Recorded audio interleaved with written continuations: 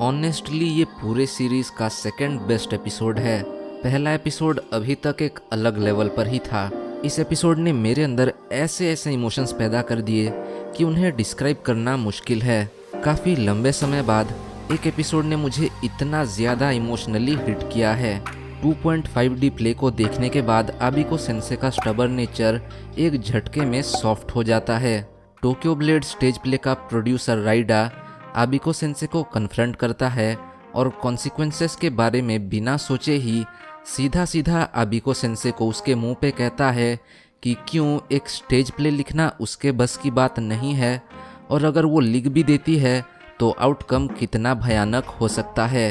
अब क्योंकि आबिको सेंसे को अपनी गलती का रियलाइजेशन हो चुका होता है, वो भी एक भीगी बिल्ली की तरह सारी बातें सुनती है और स्क्रिप्ट को फिर से गोवा को देने के लिए इजीली मान जाती है। ऐसा होना तो एक्सपेक्टेड था, क्योंकि इस स्क्रिप्ट वाले इंसिडेंट को और स्ट्रेच करने में कोई फायदा नहीं था। अब ना चाहते हुए भी आबिको सेंसे और गोवा को डायरेक्टली वीडियो कॉल में कनेक्ट किया जाता है और दोनों मिलकर स्क्रिप्ट को एडिट करते हैं। स्क्रिप्ट खत्म होने के बाद राइडा के हाथ पैर कांपने लगते हैं। जब दो क्रिएटर्स मिलकर कुछ क्रिएट करते हैं तो एंड प्रोडक्ट हर किसी के एक्सपेक्टेशन से कई गुना ज़्यादा अच्छा निकलता है। उन दोनों ने मिलकर स्क्रिप्ट को ऐसा डिज़ाइन किया होता है कि डायलॉग्स मिनिमाइज हो जाते हैं और प्ले का मेजॉरिटी वेट एक्टर्स के एक्टिंग पर आ जाता है। राइडा को अपने प्रोडक्शन टीम पर डाउट होने लगता है कि वो सब इस स्क्रिप्ट को जस्टिफिकेशन दे भी पाएंगे या नहीं। जब स्क्रिप्ट एक्टर्स के पास आती है तो वो भी समझ जाते हैं कि उन्हें अपनी एक्टिंग और मूवमेंट्स पर बहुत फोकस करना पड़ेगा। यहाँ पे आकाने भी काफ़ी एक्साइटेड होती है, क्योंकि अब उसके कैरेक्टर को भी उसकी जस्टिफाइएबल पर्सनैलिटी मिल रही थी। वहाँ के सारे एक्टर्स को स्टेज प्ले का काफ़ी एक्सपीरियंस होता है और काना तो एक चाइल्ड प्रोडिजी होती है, इसीलिए उन्हें एक्टिंग में कोई प्रॉब्लम नहीं होगी। अब दिक्कत शुरू होती है aqua से। नो डाउट वो एक्टिंग कर सकता है, मगर स्टेज प्ले के स्टाइल का उसे कोई एक्सपीरियंस नहीं होता, और अब तो फिजिकल एक्टिंग और इमोशंस पर और ज़्यादा एम्फेसिस देना होता है। रिहर्सल में aqua थोड़ा स्ट्रगल करता है, और क्योंकि वो अपने इमोशंस को अंदर दबा कर रखता है, इसीलिए वो एक डेंस कैरेक्टर का ऑरा एमिट करता है। aqua के स्ट्रगल को देखते हुए आकाने उसे अपनी तरह से दिलासा देने की कोशिश करती है, मगर वो काना होती है जो असल में aqua को हिलाकर रख देती है। aqua को उसके इमोशंस को बाहर निकालने में मदद करने के लिए काना उसे सोचने को कहती है कि अगर उसकी माँ मरती है तो उसे कैसा लगेगा।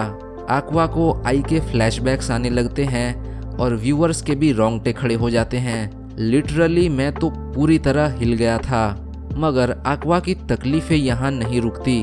aqua अपने अच्छे मेमोरीज को याद करके एक चीयरफुल फेस को सामने लाने में सफल होता है, मगर इसी बीच aqua का पास्ट लाइफ लिटरली उसके सबकॉन्शियस माइंड में रूह कपाने वाली आवाज़ में उसे याद दिलाता है कि उसकी ज़िंदगी का मकसद क्या है और वो किस तरह से आई को बचाने में नाकामयाब हुआ था। ये देखकर मुझे डर लगने लगा और साथ ही साथ आंखों में पानी भी आ गया। इस तरह का खौफनाक लेकिन इमोशनल ट्रॉमा मैंने शायद ही किसी शो को देखते हुए एक्सपीरियंस किया है। इस सीक्वेंस के लिए तो स्टूडियो की जितनी तारीफ की जाए कम है। ये एक अलग लेवल का एक्सपीरियंस था। aqua काफ़ी पैनिक करने लगता है और वो इमोशनली काफ़ी हिल जाता है। aqua थोड़ा रेस्ट कर पाए, इसीलिए आकाने उसे लेकर गोटांडा भाई साहब के पास आ जाती है। ये वही आदमी है जिससे aqua ने बचपन में एंटरटेनमेंट इंडस्ट्री के बारे में बहुत कुछ सीखा होता है, और aqua नहीं चाहता कि उसकी कंडीशन के बारे में घर में किसी को कुछ पता चले।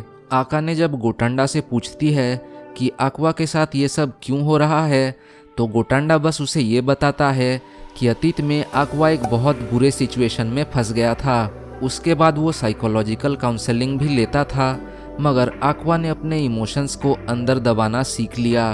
गोटांडा के बातों से पता चलता है कि उसे aqua, रूबी और आई के कनेक्शन का कुछ पता है। यहाँ तक तो बस ये स्पेकुलेशन लगता है, मगर जब एपिसोड के आखिर में गोटांडा के कंप्यूटर स्क्रीन में कुछ फोल्डर्स दिखते हैं तो ये बात काफ़ी हद तक कंफर्म हो जाती है।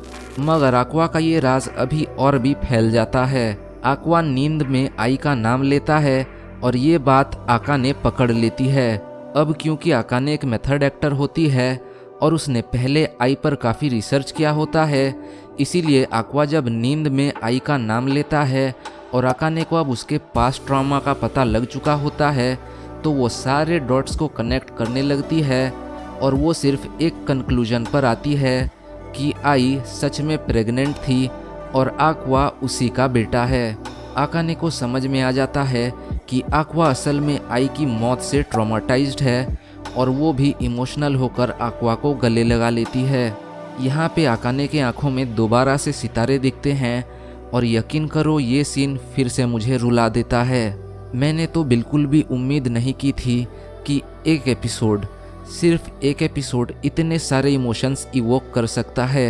यहाँ पर अपने ओपिनियंस देने के लिए मुझे इमोशनली स्टेबल होना पड़ेगा, मगर इस एपिसोड के लिए ये थोड़ा सा मुश्किल है।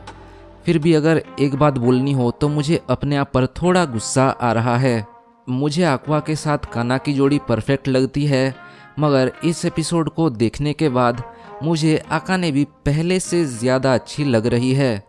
हार्डकोर काना फैन होने के बावजूद मुझे आकाने और aqua की जोड़ी अच्छी लग रही है और मेरा कमिटमेंट इतना कमज़ोर होगा मुझे भी पता नहीं था। लगता है सैल्मन भाई से ट्रेनिंग लेनी ही पड़ेगी। एनीवेज, अंत तक बने रहने के लिए थैंक्स और मैं मिलता हूँ किसी और दिन किसी और वीडियो के साथ।